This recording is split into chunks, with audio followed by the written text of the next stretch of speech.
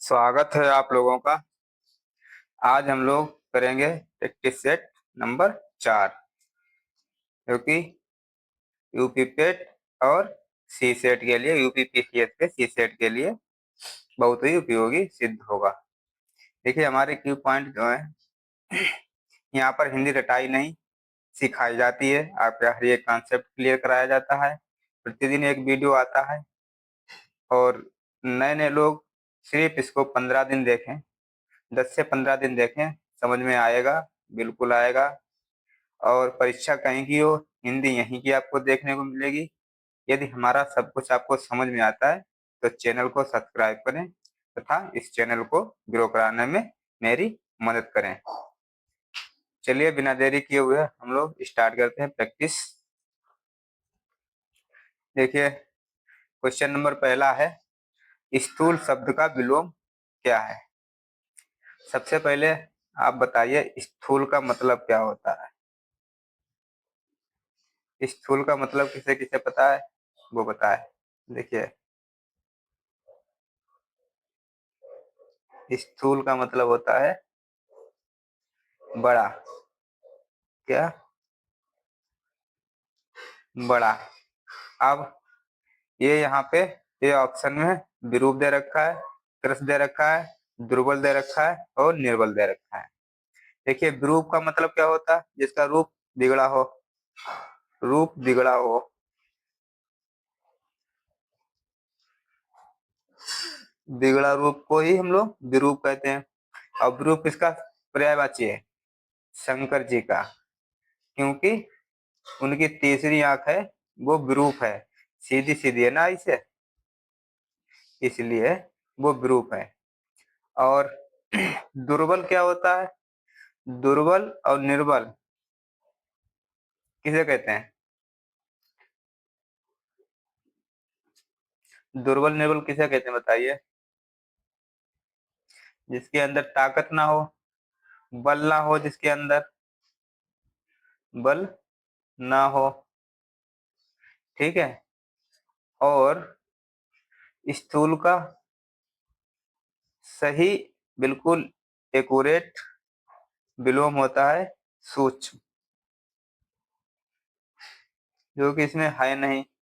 और कृश का मतलब भी होता है बिल्कुल छोटा सा, पतला सा। तो यहाँ पे जब सूक्ष्म दिया नहीं है तो आंसर इसको लगाएंगे, बाकी आपके गलत हैं। ठीक है, चलिए आगे बढ़ते हैं।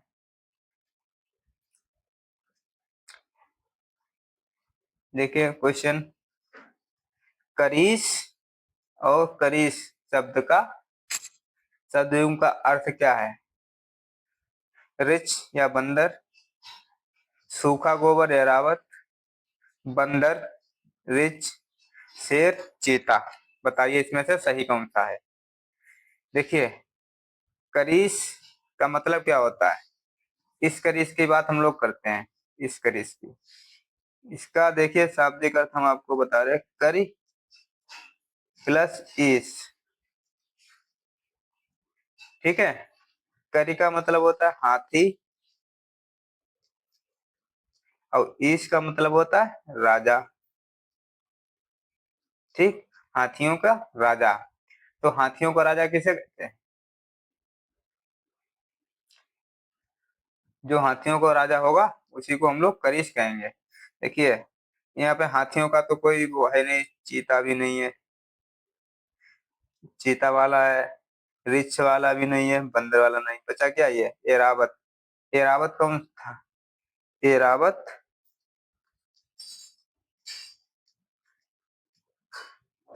इंद्र जी का हाथी था।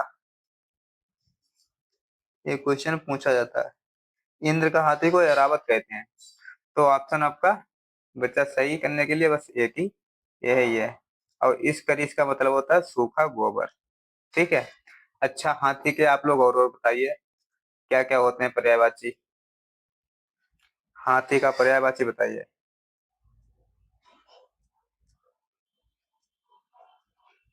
हाथी का पर्यायवाची बताइए। देखिए, हाथी का पर्यायवाची हम लोग हस्त भी कहते हैं, हस्ती भी कहते हैं और कर भी कहते हैं और करी भी कहते हैं और कुछ इसके साथ एक और आप लोग बता दीजिए मुझे। हाथ का भी बता दीजिए साथ में। हाथ का देखिए हस्त होता है। हाथ क्या क्या होता है कि हाथी और हाथ का लगभग एक जैसे होते हैं, इसीलिए आपसे हम पूछ रहे हैं। हाथ का हस्त होता है। कर भी होता है। कर के दो अर्थ होते हैं।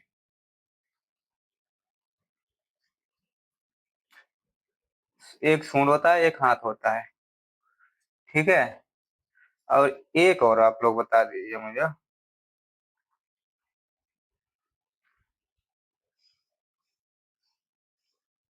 हस्ती किसका है? हस्ती बताइए किसका है?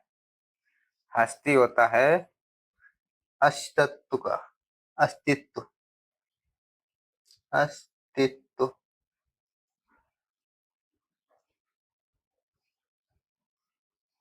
अस्तित्व कहते हैं हस्ती तुम्हारी बिगाड़ देंगे, मतलब अस्तित्व मिटा देंगे। ठीक है, चलिए आगे बढ़ते हैं हम लोग। भ्रमणकारी सन्यासी का जीवन अवस्था। भ्रमणकाली सन्यासी का जीवन अवस्था वाक्यांश के लिए उचित शब्द है। बताइए इसका उचित शब्द क्या है? इसका उचित शब्द है अनगारिका। प्रवास।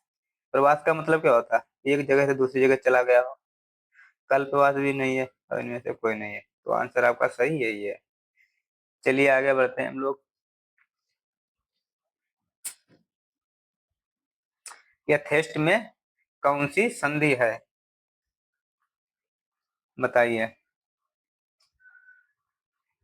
देखिए गुण संधि दे रखी है, वृद्धि संधि के लिए अयात दे रखी है, विसर्ग दे रखी है।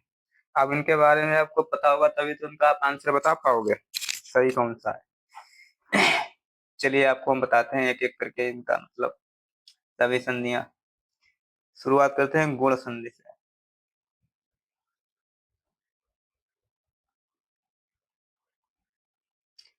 गुण संधि कौन सी होती है? जिसमें ए आए और ओ आए और आ रहा है निकल के। ये कैसे बनेगा? आ प्लस ई या बड़ा आ प्लस ई या छोटा प्लस ई, ये कुछ भी बन जाएगा। तो यहाँ पे गुण संधि होगी। और ओ कैसे बनेगा?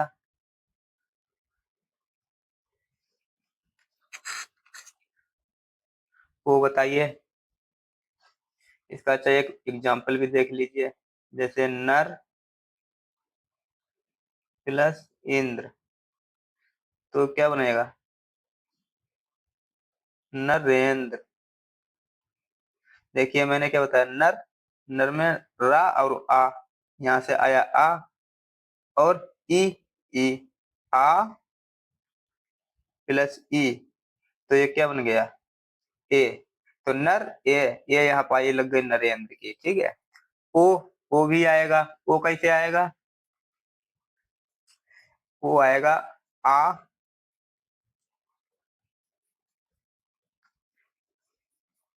आएगा आ प्लस ऊ या, और क्या हो सकता है? आ प्लस ऊ, ये ओ आएगा। इसका एग्जाम्पल क्या होगा आप बताइए। जैसे कि पर देखिए राम आया और उपकार, तो यहाँ पे पर आया, आ भी आया और ऊ भी आया, तो ये क्या हो गया, ओ हो जाएगा। तो यहाँ पे क्या हो जाएगा, परोपकार, परोपकार। ठीक है। ऐसे आर कैसे आएगा, आर का बताइए, आर कैसे आएगा।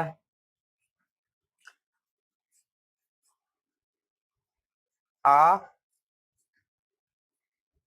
यहाँ पे देख लीजिए, आ प्लस रीर, आ और रीर अर आएगा। इस अर वाला का एग्जाम्पल देखिए आप लोग, एक अर वाला का एग्जाम्पल देखिए, देव प्लस इंद्र, क्या हो गया, देवेंद्र। नहीं, अर वाला बता रहे हैं ना, एक सेकेंड, देव प्लस ऋषि, यहाँ पे आया, यहाँ पे रीर आया, तो क्या बन गया, देव ऋषि। तो ये गुण का हो गया।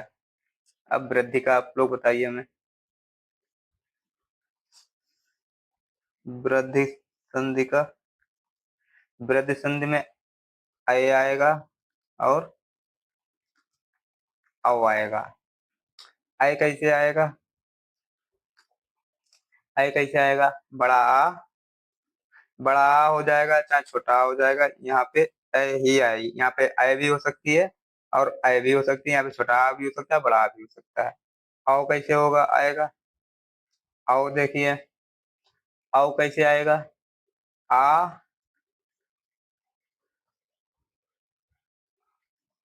आ प्लस अव, ये भी हो सकता है, या बड़ा आ और बड़ा बड़ा और अव भी हो सकता है।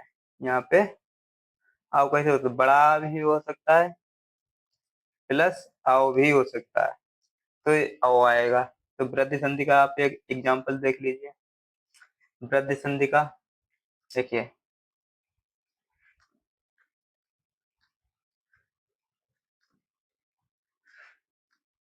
वृद्धि संधि का एग्जांपल देखिए, प प्लस अन, देखिए यहाँ पे अव आया, यहाँ पे आया, तो क्या हो जाएगा, पावन। ठीक है, ये पावन हो गया। अब आप लोग अयादि संधि का देख लीजिए, एक अयादि का,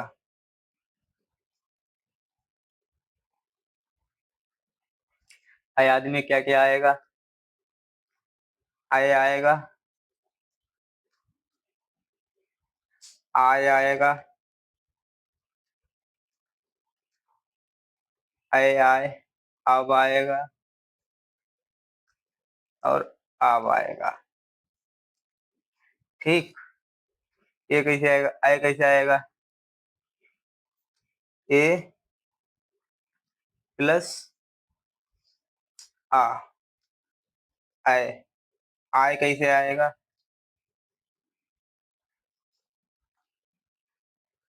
आय कैसे आएगा, ए अय प्लस आ, आय आएगा। अब कैसे आएगा, अब कैसे आएगा, आओ प्लस आ, आओ, और अब कैसे आएगा, अब कैसे आएगा, बड़ा आ और छोटा आ, अब आएगा। इसका एग्जाम्पल देखिए आप एक,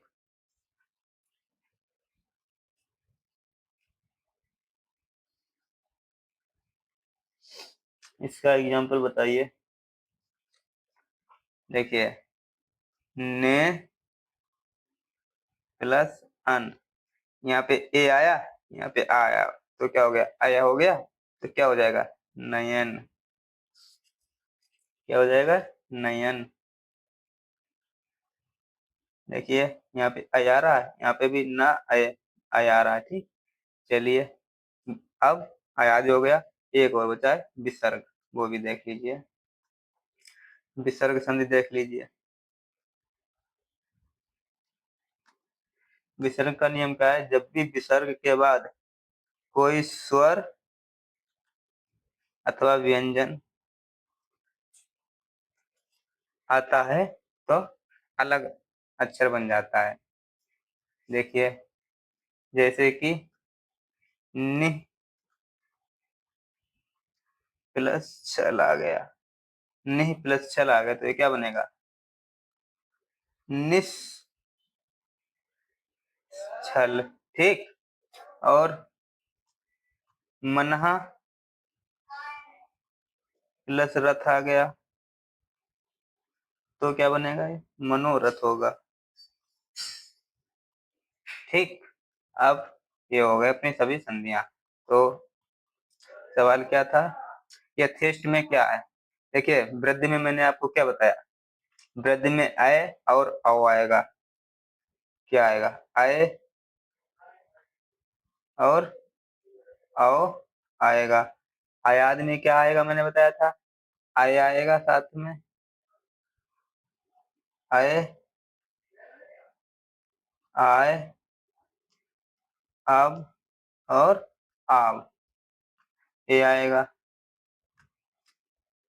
विसर्ग में विसर्ग आएगा। गुण में क्या बताया था, गुण में क्या क्या आएगा,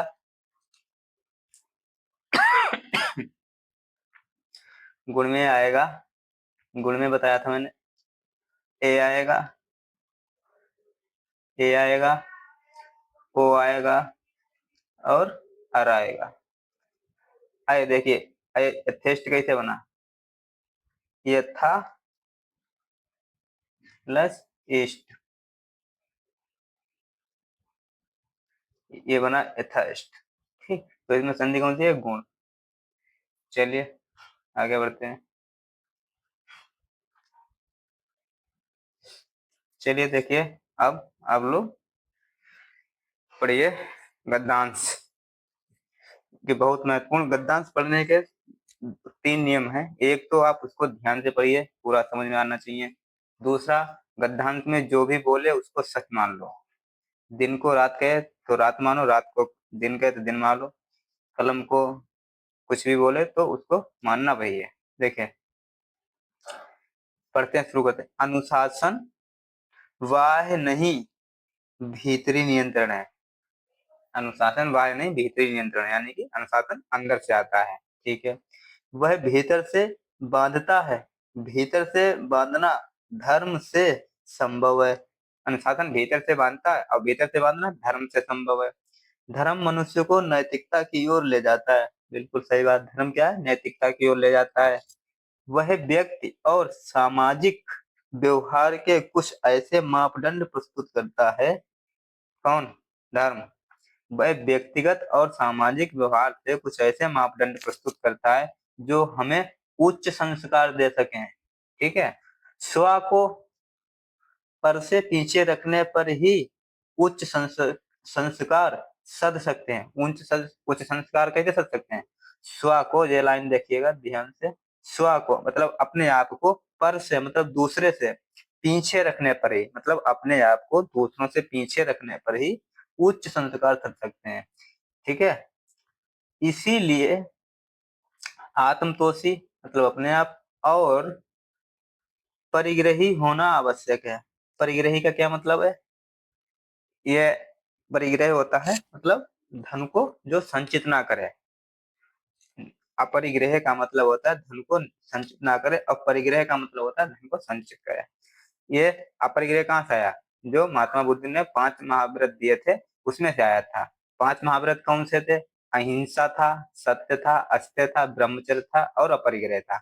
चलिए पांचों में भी आपको बता देंगे जब क्वेश्चन संबंधित आएगा। तो आधुनिक शिक्षा हमें आत्मबल नहीं देती, ये आत्मबल, आधुनिक शिक्षा क्या है, हमें आत्मबल यानी अंदर से बल नहीं देती, ये सूचना मात्र ही देती है। साहित्य और कला को हमने शिल्प तक सीमित कर दिया है। शिल्प तक मतलब साहित्य और कला जो थी है इसको हम लोगों ने शिल्प तक सीमित कर दिया है। हमारा अध्ययन वैज्ञानिक हो गया है। वैज्ञानिक का अर्थ है विश्लेषण तथा विश्लेषणात्मक अध्ययन। वैज्ञानिकता का क्या अध्ययन अर्थ है? विश्लेषणात्मक अध्ययन। इसे चीरा फाड़ी में ना साहित्य हाथ में पड़ता है और ना कला ना धर्म। इस चीड़ा फाड़ी में ना तो हमारे हाथ में साहित्य मिलता है, ना हमें कला के बारे में, ना ही धर्म के बारे में जानकारी होती है। हम परिधि पर ही चक्कर लगाते रहते हैं। परिधि मतलब ये गोला है, इसी गोला पे मतलब ऊपर ही ऊपर चक्कर लगाते रहते हैं। इसका कहने का मतलब है मतलब ऊपर ही ऊपर रहते हैं, अंदर तक का कोई जानकारी नहीं होती है। आज का शिक्षित मनुष्य भीतर से अशिक्षित है। इस लाइन को याद रखिएगा। आज का शिक्षित मनुष्य भीतर से अशिक्षित है। उसके भीतर एक बड़ा शून्य है जो उसे बराबर कुदेरता रहता है और उसे उसके अहम को उकसाता रहता है। अहम मतलब अहंकार को उकसाता रहता है। ठीक है, अब देखिए हम लोग चलते हैं क्वेश्चन आंसर की तरफ। देखिए क्वेश्चन नंबर 1, अवतरण में आए पदबंध अपरिग्रही अभिप्रेत है मतलब अपरिग्रही से मतलब क्या है? अब हम आपको एक हिस्ट्री का क्वेश्चन क्लियर कराते हैं। महात्मा बुद्ध ने 5 महाव्रत दिए थे। 5 महाव्रत। ठीक। नंबर 1 अहिंसा पूछा जाता है भाई, हिंदी में हिस्ट्री बता रहे हैं। दूसरा सत्य। तीसरा अस्त्य।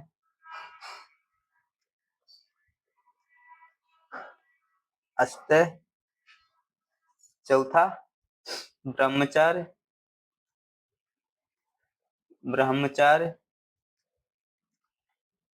और 5वां अपरिग्रह।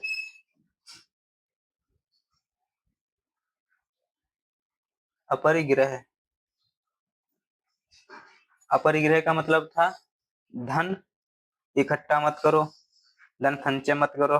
ठीक है, धन संचय मत करो। ठीक। और ब्रह्मचार्य का पालन करो। अस्त्य का पूछा जाता मतलब क्या होता है? चोरी ना करो, पूछा जाता है भाई। ये दोनों चोरी ना करो। सत्य मतलब सत्य में हमेशा बोलो, अहिंसा हिंसा मत करो। ठीक है, ये तो हो गया हिस्ट्री का। तो कुल मिलाकर मैंने अपरिग्रह का मतलब क्या बताया? धन संचय मत करो। ठीक है, अब इसको मिटाते हैं। इसको मिटाते क्या, देखिए इसमें आंसर ये सीधे लगा देते हैं हम लोग। कहाँ है? धन संग्रहित ना करो। ठीक, बाकी गलत है। चलिए आगे बढ़ते हैं। उच्च संस्कारों को साधने के लिए आवश्यक है कि मनुष्य कैसे? उच्च संस्कारों को साधने के लिए आवश्यक है कि मनुष्य। अब चलते हैं पैराग्राफ की तरफ, इसको ध्यान में रखिए। उच्च संस्कारों को साधने के लिए उच्च संस्कारों को कैसे साध सकते हैं हम लोग? देखिए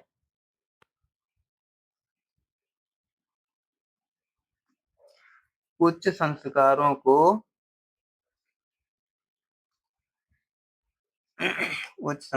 हम लोग कैसे साध सकते हैं? हमें देखिए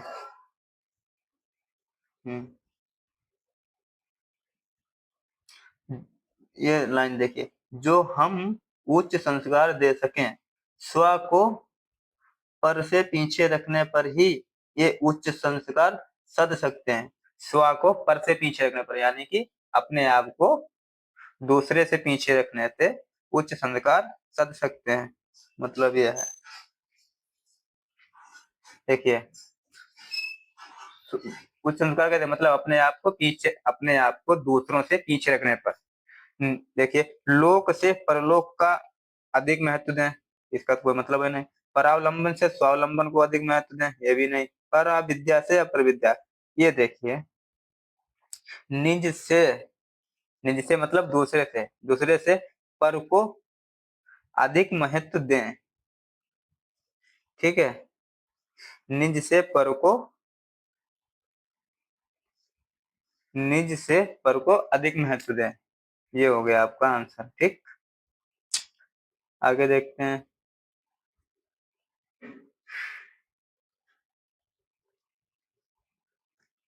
समाज में धर्म द्वारा अनुशासन इसलिए संभव है क्योंकि, बताइए।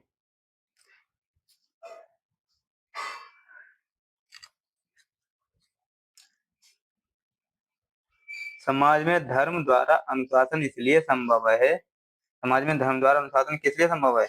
मनुष्य को मनुष्य पूर्णतया जोड़ता है इसलिए नहीं। स्व को पर से अनुवर्ती नहीं। मनुष्य को आत्मशोषी एवं अपरिग्रह बनाता है, या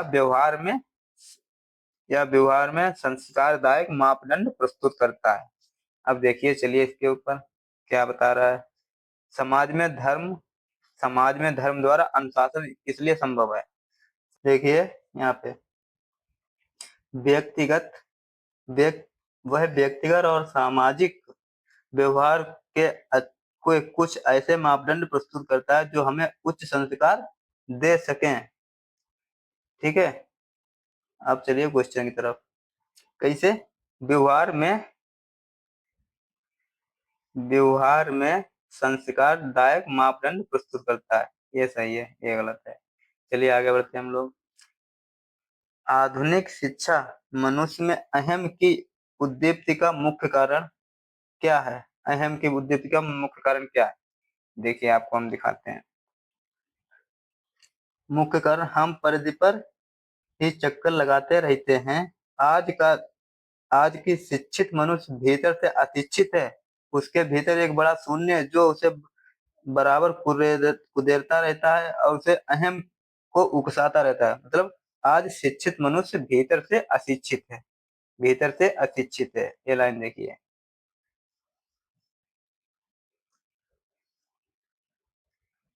साक्षर होने पर अर्धसभ्य होना, शून्यवाद में गहन विश्वास होना, अंदर से शिक्षित होना, ये सही है। अब देखिए नेक्स्ट क्वेश्चन देखते हैं हम लोग। आधुनिक शिक्षा हमें आत्मबल से वंचित रखती है क्योंकि भौतिक विषयों की ज्ञान कराती है? नहीं। विषयों की सूची पत्र तैयार करती है? भी नहीं है। विषयों की सूचना मात्र देती है या विषयों की सूची मात्र प्रस्तुत करती है? विषयों की सूचना मात्र देती है, पहले शुरुआत में ही ये दे रखा है। चलिए, ये गलत है। बताइए आप लोग क्लास कैसी लगी, कमेंट करके जरूर बताइएगा। अच्छी लगे तो इसको लाइक सब्सक्राइब जरूर करना, जिससे कि चैनल ग्रो हो सके और मुझे भी पढ़ाने में आनंद आता रहे। धन्यवाद।